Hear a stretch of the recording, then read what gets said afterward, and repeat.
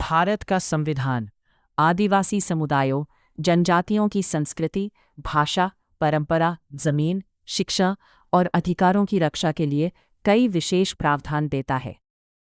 संविधान में इन्हें अनुसूचित जनजाति, शेड्यूल्ड ट्राइब्स कहा गया है। भारतीय संविधान में आदिवासियों के अधिकार कौन कौन से आर्टिकल्स हैं? क्या आप जानते हैं कि भारत का संविधान आदिवासी समाज की भाषा, संस्कृति, जंगल, जमीन और पहचान की रक्षा के लिए विशेष अधिकार देता है? लेकिन आखिर संविधान के कौन कौन से आर्टिकल्स आदिवासियों की सुरक्षा करते हैं? आज के इस वीडियो में हम आसान भाषा में जानेंगे कि भारतीय संविधान आदिवासी समुदायों के लिए क्या क्या विशेष प्रावधान देता है। 1. अनुच्छेद 14 समानता का अधिकार।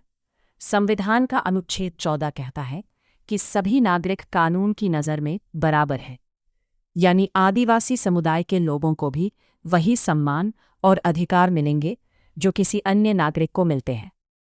2. अनुच्छेद 15 और 16 विशेष सुविधाएं। अनुच्छेद 15 और 16 सरकार को यह अधिकार देते हैं कि वह अनुसूचित जनजातियों के लिए शिक्षा और सरकारी नौकरियों में आरक्षण दे सके।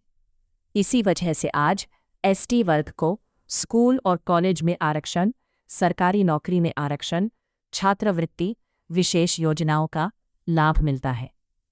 3. अनुच्छेद 19(5) आदिवासी क्षेत्रों की सुरक्षा।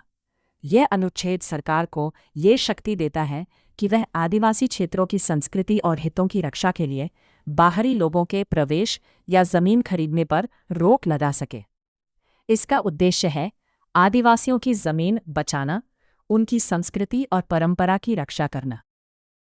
4. अनुच्छेद 29 भाषा और संस्कृति की रक्षा। यह अनुच्छेद भारत के हर समुदाय को अपनी भाषा, लिपि और संस्कृति बचाने का अधिकार देता है, यानी आदिवासी समाज अपनी भाषा बोल सकता है, अपने त्योहार मना सकता है, अपनी परंपराओं को सुरक्षित रख सकता है। 5. अनुच्छेद 46 शिक्षा और आर्थिक सुरक्षा। यह राज्य को निम्नलिखित निर्देश देता है कि वह अनुसूचित जनजातियों के शैक्षिक और आर्थिक हितों की विशेष रक्षा करे।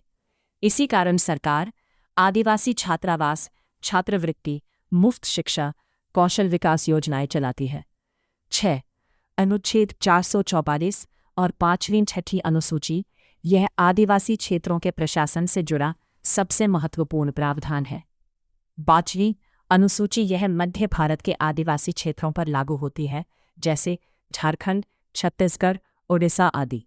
इसमें आदिवासी जमीन की सुरक्षा, ट्राइबल एडवाइजरी काउंसिल, राज्यपाल की विशेष शक्तियां दी गई है। 6ठी अनुसूची यह पूर्वोत्तर भारत के कुछ जनजातीय क्षेत्रों पर लागू होती है, जैसे असम, मेघालय, मिजोरम और त्रिपुरा। यहाँ आदिवासी समुदायों को स्वायत्त जिला परिषद, अपने कानून बनाने का अधिकार, संस्कृति और परंपरा बचाने की शक्ति मिलती है। 7.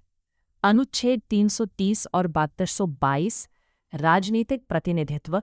इन अनुच्छेदों के तहत लोकसभा, विधानसभा में अनुसूचित जनजातियों के लिए सीटें आरक्षित की गई हैं, ताकि आदिवासी समाज की आवाज़ संसद और सरकार तक पहुंच सके। 8. अनुच्छेद 338(a) राष्ट्रीय अनुसूचित जनजाति आयोग।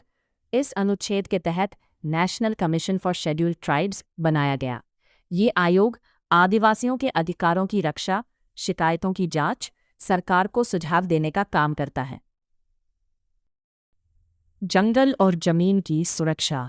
संविधान की भावना के आधार पर बाद में कई महत्वपूर्ण कानून बनाए गए, जैसे पैसा एक्ट 1996 ग्राम सभा को आदिवासी क्षेत्रों में अधिक अधिकार देता है। फॉरेस्ट राइट्स एक्ट 2006 आदिवासियों को जंगल और जमीन पर पारंपरिक अधिकार देता है। निष्कर्ष, भारतीय संविधान केवल कानून की किताब नहीं है, बल्कि यह आदिवासी समाज की पहचान, संस्कृति, भाषा और अधिकारों की सुरक्षा का मजबूत आधार भी है।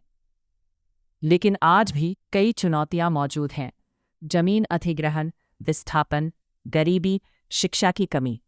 इसलिए संविधान में दिए गए अधिकारों को सही तरीके से लागू करना बहुत ज़रूरी है। अगर आपको यह जानकारी उपयोगी लगी हो तो वीडियो को लाइक और शेयर ज़रूर करें और ऐसे ही ज्ञानवर्धक वीडियो के लिए चैनल को सब्सक्राइब करना न भूलें। धन्यवाद।